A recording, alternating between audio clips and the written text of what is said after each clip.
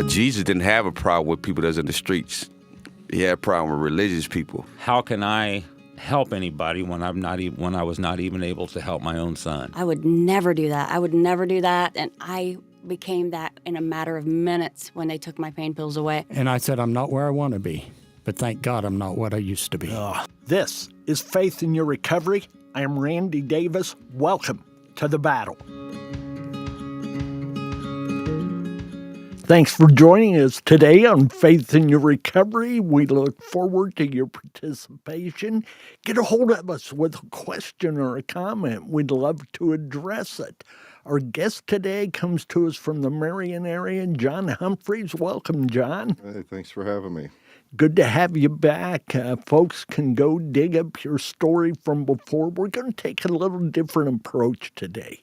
This is one of our Beneath the Wound episodes where we're just hitting with some questions that aren't your typical, how did it happen? What did you go through? But that's going to be thrown in, I know, and that's great. But we look forward to your responses, and we recognize and realize some of these are your experience, some of them are your opinions. We respect that both ways. I'm not here to debate it, here to get a different point of view. We recognize that there's no one way to recovery. Maybe I shouldn't say we. Do you agree with me, John? You think there's more than one way to recovery? I mean, yeah, recovery, yeah. I think there's only one way to freedom. I agree with that, and I'm sure we'll hit on who that is here in just a little bit. But we welcome your input and look forward to it. Let's go back to your early days. I don't know, remind me and our folks again, when did your addiction issues begin? How old were you, John? I mean, I was probably a late teenager. Okay. But as soon as I started drinking, like anything I tried something, I was... then I was just trying to mess with it all the time, whether it was weed, alcohol, to acid. That's kind of where it started. So just trying to find a place to fit in. You were all in when you opened it or started? Yeah, that's kind of my personality even now. So just wanted more, of everything. So prior to that, let's go with your early teen years. Mm-hmm. Were you a leader or a follower in your mind at that time? Oh, I looking back, I was a follower. So I don't know what I believed. I just know the truth is I was trying to fit in. So we're always trying to get accepted by this group or be funnier. Whatever, and I think when I would use, whether it was weed or alcohol or even when we did the acid, I just thought, it made my personality better, made it easier to talk to girls, that kind of stuff, Okay, so do you believe in addiction as a disease or as a choice?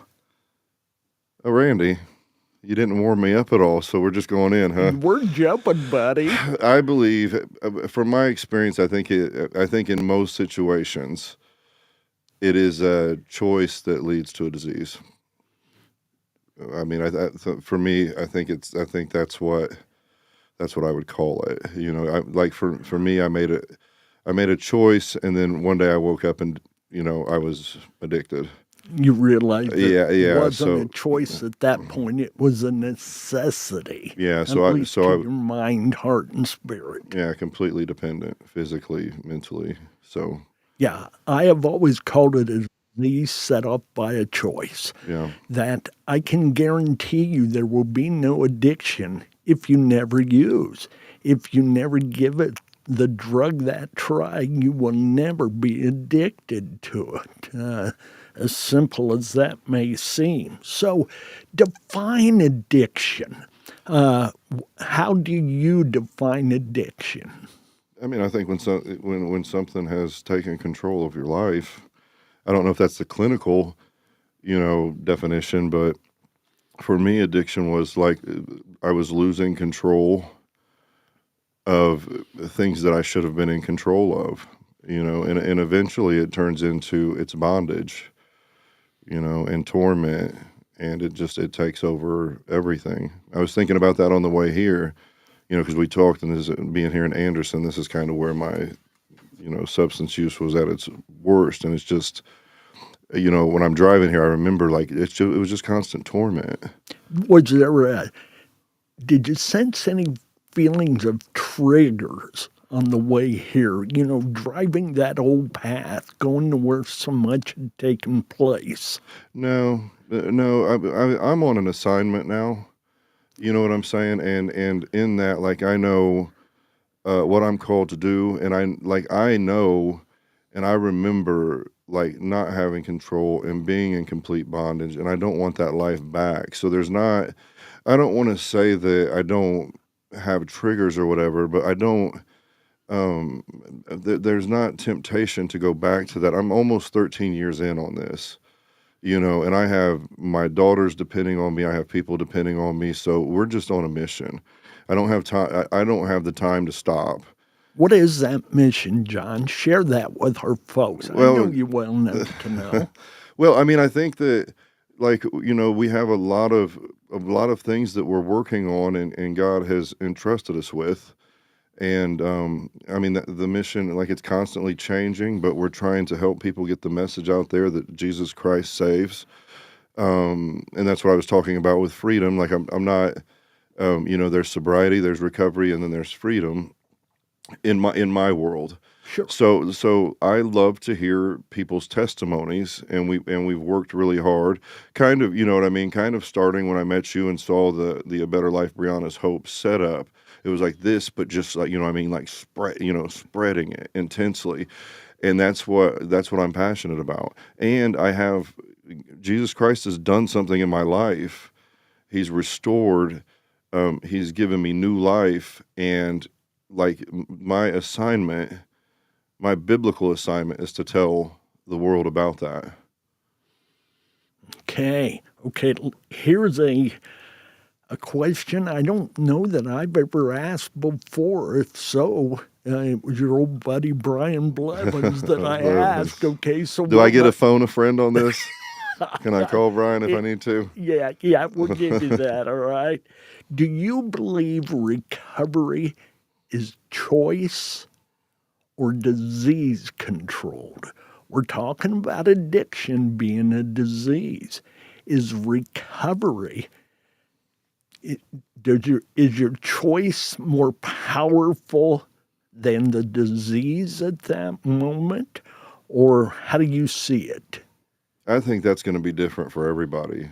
Like if you look at it and what it is that spurs or gets people to start the change or start that path of recovery, it's so different for everybody. So that question itself, I think everybody could answer it, individually. As I was so, like, for me, I was so broken. I did not want to live anymore. I didn't know when I was going to see my kids anymore. I was tired of being enslaved to methadone and fentanyl patches and just having to have all of these things to function. I was so tired of myself that I called out to a God that I didn't believe in. And whether that, however that answers your question for me, that's what it took. And then pressing into that and showing up and going through, allowing yourself to be held accountable and working through the wounds and understanding your weaknesses and letting people into your life to speak into those and against those, because we have pride too. So letting people speak into your life and call you out, strengthening a prayer life, getting to understand and read the Bible. That's what it took for me. For some people, it may be more, of a medical situation, like somebody had, when I had a heart attack and got a stent in, there's some medications I had to take to make sure that stent held and nothing stuck to it. Like, it was a part of the process of, I don't want to say healing, but recovering, right? And so I think it can be the same thing. So how long was that darkness? How long was that struggle between the time you started toward recovery to the time you found Christ? How long of a period are we talking, John? I was in active addiction around probably 17 years. I don't know when it started. And I think that, I don't know if it started when I first started drinking. I don't know when I was completely trapped. I know when I got on pills, you could tell because you would get sick if you didn't have them. But as far as like the recovery process to the salvation, I encountered Christ before any of the other stuff. I've learned all that since. The recovery stuff, the certifications, all, those things. I've learned that. That's all post Jesus Christ encounter, So he was my first introduction to freedom, sobriety, recovery, whatever you want to call it. I wanted to be done. I wanted so desperately to be done, but it's not that easy. And that's why you see people, struggle with it. It's not that easy to just be like, I'm done. I'm walking away from it. That's not how it works most of the time. You've got to have something. Do you have relapses? Relapses in your background? No, there's no relapses in my background on substances. But when I'm walking out my faith, there's things with lust or dating. I've had lapses in judgment there, several. Sometimes with my diet, like I have failed, and I think sometimes like I can say that I haven't relapsed proudly, but that's not really true in the life that I'm trying to walk. I've had failures and I've had lapses, and I've went back to the old life that Jesus Christ freed me from. And maybe I haven't gotten high, maybe I haven't had drinks and things like that. What? I'm searching for the best words to use here. When you're going backwards in your faith, that's kind of what you're saying there. Is that normal? Is that just our human nature? And I'm not writing it off, but yeah. Is it possible to reach out to Christ in a pure, total, and full way without those moments? I would like to believe it is. It's not I don't know what that, I don't know that. I haven't experienced that. In my failures, I have to go running back to God, and maybe I have to stay humble. And for me to stay a humble servant to Christ, I've got to, I have to fail. Now, I made those decisions. I don't even want to blame Satan or the enemy. I've made decisions that have put me in situations where I have to step back from things, where I have to refocus. But the one thing I know is I have woke up in panics before when I feel like I'm getting distant from God. And I think that if you were to talk to Brian and some of the other people that have experienced some of this long-term freedom, that's the one thing we have in common is like with me, I may veer off from time to time, but when I come, I panic when I wake up and I realize I don't feel God in my life whatsoever. It is scary to me. I'm going to say on my behalf, I've told you before, I've told our listeners before, I don't come from an addiction background, but I've suffered through those same moments you're mentioning there. My strongest desire is to be the me Jesus created me to be. And in that effort, there are times I know I failed. There are times I don't, quote, feel as close to him as before, and I know I'm not. I'm either not in his word, or I'm not on my knees, or I'm not experiencing him, and I am not going to give Satan any credit for that. Mm-hmm. I'm not one who believes that the mistakes we make, the sins we commit, the errors that, our lives are so filled with, that he gets credit for that. That's Randy's fault, not Satan's credit, is my stance on that. Yeah. How do you see recovery? Is it a moving target, or is it an absolute touchable goal? Oh,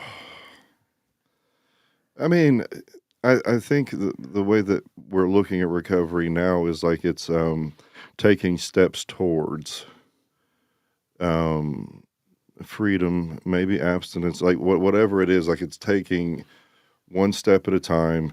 Any improvement. This is the definition. This isn't necessarily how I operate with my circle, right? But so in that sense, the definition would be like recovery is just doing something to improve your situation, right? And if that's the case, I mean that would make it a never-ending journey, which would make it a moving target.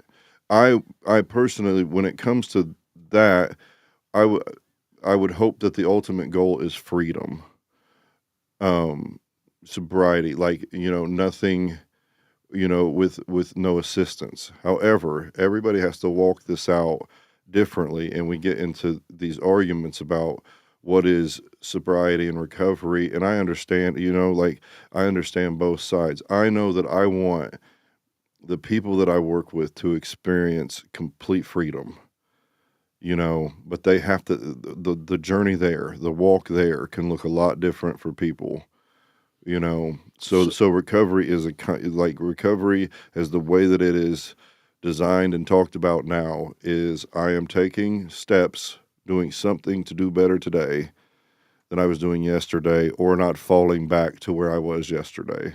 So can you reach recovery without the freedom of connecting with that comes with the connecting with Christ? Oh, you can find recovery with, the truth is like the way that it's defined, you can find recovery in a lot of different ways. Freedom, I believe freedom, the thing about freedom is I encountered something that gave me peace that doesn't make sense. And I encountered something that gave me the strength to walk away from the methadone bottle and the patches and everything like that and not look back. I encountered something that gives me peace past this life. I encountered something that introduced me, like we talk about death to life. That's what I encountered, and it's not a life thing in my flesh right now. This vessel that I'm in will die, and I will still live eternally. That is freedom, right? That's not in a lot of these other programs and everything like that. So there is a difference, and I'm respectful of every walk that people take. I'm respectful of everybody's journey. I will walk with you. Like I don't care, your belief system. I don't care any of that stuff. I don't care what you're on right now. I will walk it out with you if you're trying. If you have the desire, if you have the desire to be honest and try, I will walk it out with you. I like the word you were using there. You're respectful of those. That's not a matter. And we don't have to agree or disagree. We have what works for us. We have what we understand as far as Christ and our walking with Him. There's going to be a difference. That's okay as long as He's okay with it, is my thinking here. What are some of the misconceptions we have about recovery, other than to the point of freedom? Okay, so when people are expecting recovery, what are some of our misconceptions? Do you mean like a family member? Anybody. I think sometimes if like family or your loved one, you're like, okay, I got them into treatment. Yay, it's over. It's not over. You know what I mean? And Sure. I understand like I understand their thinking because we work with a lot of people in that situation, and they need hope. And if it's the same thing with like, oh, if I can just get them to church, they can come to church. The people can come to church and they're not going to necessarily leave followers of Christ. So the church in America, you got, a slimmer chance that, somebody's going to go to church and come out on fire for Jesus. In recovery, it's the same kind of thing. Well, they're going to go to detox. Well, yes, that's a victory. They go to jail for a while. There's victory in that. Like they're sobering up. They're clean. You know what I mean? But I think the misconception of recovery is when you're on the outside looking in, it's like, why don't you just stop? And then it's like, okay, I'll send you to detox. We'll send you to detox. We'll send you to inpatient treatment. We'll get you some outpatient treatment. Then it's over. But it's not. Wish. Yeah, it's not, because even like then when you go through those processes and you can pour everything into it, and you can go to your AA and you can go to your NA and you can work your steps, you can go to church, you can do all of these things. There's still a process. There's still feelings that you have to, and all of those things together will work on that. But you're not coming out like you may be expecting your family, your loved one, to walk out of those doors all cleaned up, ready to go, fresh shaven, like, ready to tackle life and get a job. That's not always what you're going to get. And some people sometimes they have a loved one and they're like, oh, if we could just get them into treatment. Sometimes people that are manipulators and bad people stay manipulators and bad people, with or without drugs, with or without alcohol. And I think sometimes that's something you also have to process, so you may not be getting, it's not like an easy bake oven where you throw this person into it, it spends some time in there, they come out and they're a finished product.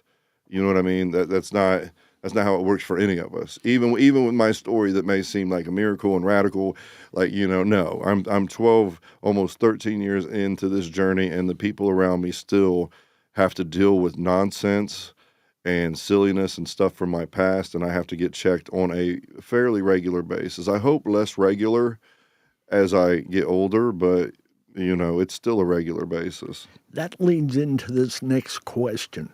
When in recovery does accountability for your past kick in? Can I ever expect you to apologize to me, try to make things right, amends, as they call it, for things you said or did to me during your time of addiction? If I remember it, if I'm aware of it, then that would be part of making amends, as long as it's not, going to create an issue, open up a wound, or, maybe it could get violent. That would be, I think that's part of the responsibility, is at least to try. That's in every walk. It doesn't matter, faith, no faith, like that. That's something that if you've wronged somebody, you can't always you don't always get the chance to apologize. That's happened with me. Some people that I have wronged don't want to talk to me, and I understand that. So to go try would probably end up ugly. But if it's within Exaggerated. yeah, but if it's within your power, yes, you should be trying to make amends with people. Let's sidestep all of this a little bit. Let's go to the idea of harm reduction. Where do you stand, John, on harm reduction? And is abstinence a goal of most harm reduction? I don't know. Yeah, I don't know. With harm reduction, I think the goal is to reduce the harm to individuals, whether that's needle exchanges or it gets more, so some of it I think is like Narcan. I think all of the Narcan being, distributed across the country has definitely changed the overdose rate. Like we're starting to see that. So, but yeah, I don't know. I'm not in the, I've done some classes because I have to, but I'm not really in the harm reduction world, and it can mean a lot of different things. So I think also there may be some things with harm reduction that I think, okay, I understand that's a good idea. There may be other things with harm reduction that it doesn't necessarily make sense to me, but it's not my department. I'm not teaching classes on these things. Like I get the information that I get. I think sometimes it makes sense, and I think sometimes it can. Some of the stuff that they're thinking about doing can be a touch silly. Yep, yep. I can agree easily with all of that. As we're working toward recovery, sobriety, what are some of the checkpoints that tell us we're moving in the right direction? You stop stealing. That's one of my checkpoints. You stop manipulating when you see yourself not lying. Do me a favor. Yeah. Pardon the interruption. I remember one of your stories of, those days of the sticky fingers picking up what didn't belong to you. And you told the story of the Bibles of different colors. Yes, yes. Would you share that with the Yeah. folks?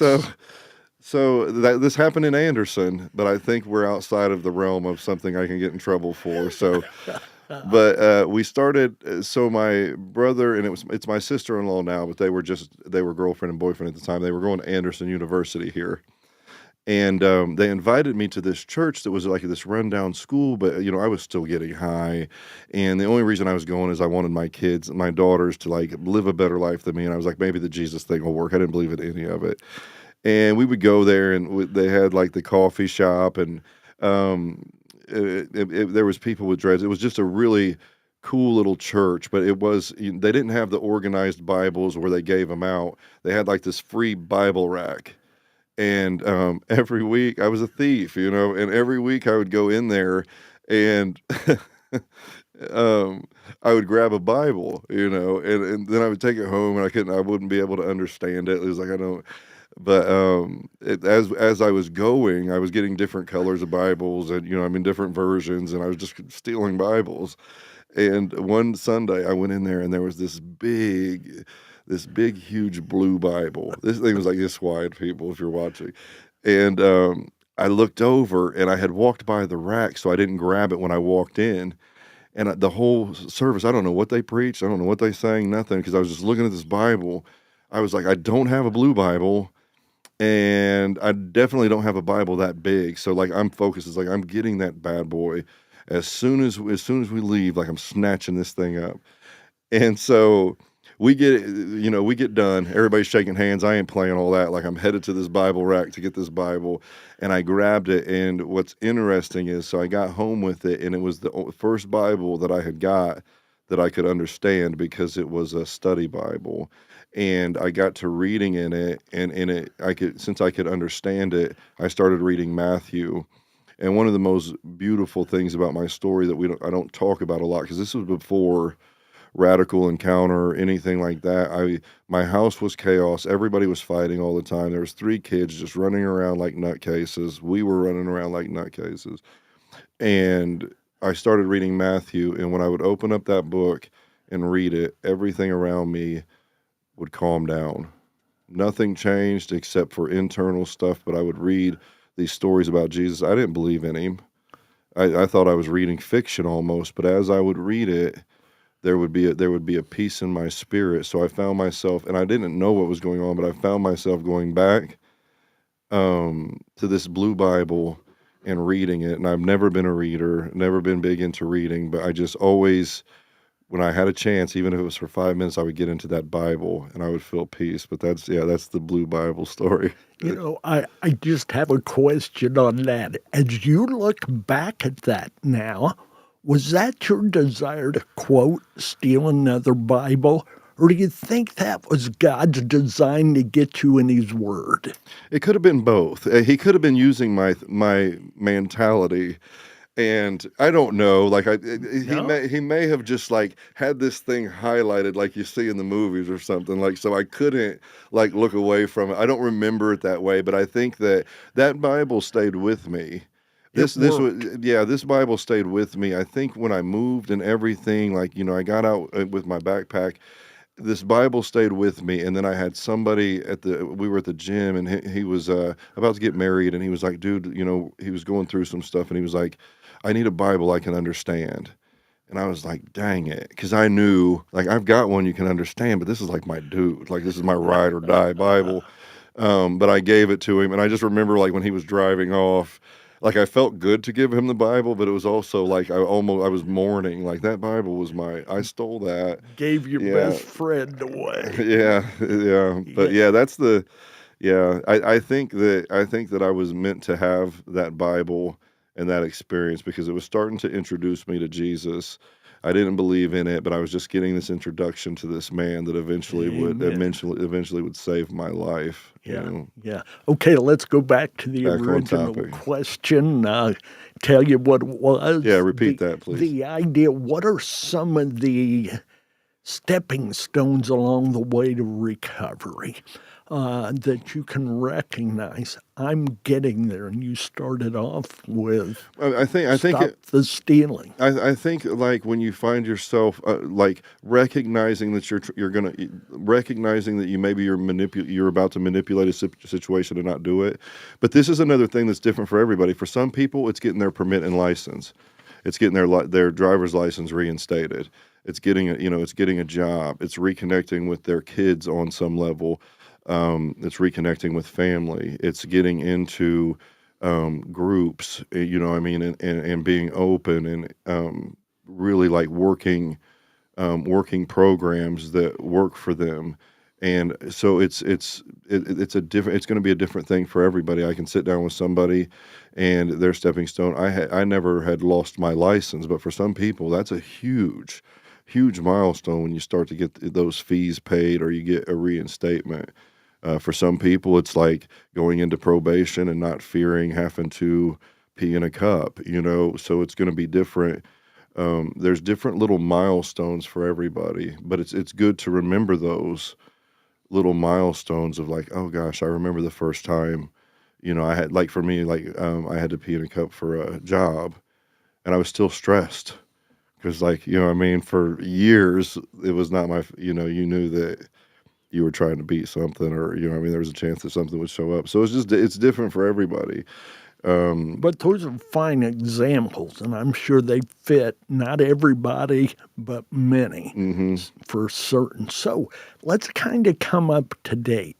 Tell the folks who John Humphries is today and what he's about, and here's a chance for you to throw in about your podcast. Yeah, so I hope that people would see me as about my father's business. So that's like, there's that. I'm in Marion, and we started a Friday night fire service back up on Friday nights. Our third one will be this Friday. It's been really cool. We just go in there and praise God, and we cover messages like prayer and, we're going to cover Holy Spirit, Jesus is Lord, just stuff like that. And people will share their testimonies there. Is this mainly folks in recovery who are attending this? I'm sure there are. Not specific to. Okay. I think anything I do is going to have a heart of coming out of addiction because that's what me and my team have experienced. But no, we Your have identity. Yeah, we'll have college students show up over there that have Awesome. never done anything, have never touched a drink in their life. I think when you get into the presence of Holy Spirit and God, we all become, free anyway. And then so we have that going on. Still doing the school speaking. I think we talked about that the last time. Fentanyl awareness at high schools and middle schools. Still going pretty consistent with that. That's a really, it's not a cool experience because parts of it really suck because these kids have been through so much. But it's a honor to be able to be a messenger in that department. I'm still working for Core Plus in Grant County. That's a community outreach. And I still work with the courts in Wabash as well. And then we started a podcast called Escaping the Chains Podcast. It's on YouTube, Spotify, and Apple, and it also has a Facebook page and a TikTok. And it's basically, we just do testimonies, like raw testimony interview style, but we also have conversations on there about a lot of different stuff. And it also has the heart of substance misuse and prison time and those types of things, but it covers a lot more. We may have a pastor come in that knows his Bible really well and cover different topics. So, so if you're watching, if you could go like that or follow us on YouTube, we would really appreciate it. What do you see as one of your next steps, John? I think just doing the things that God's entrusted me with reverence, and just keep praying. And I really don't know. I think he's what he's entrusted me with right now. We have to steward well, and so that's what I think. I mean, that's what I'm going to do.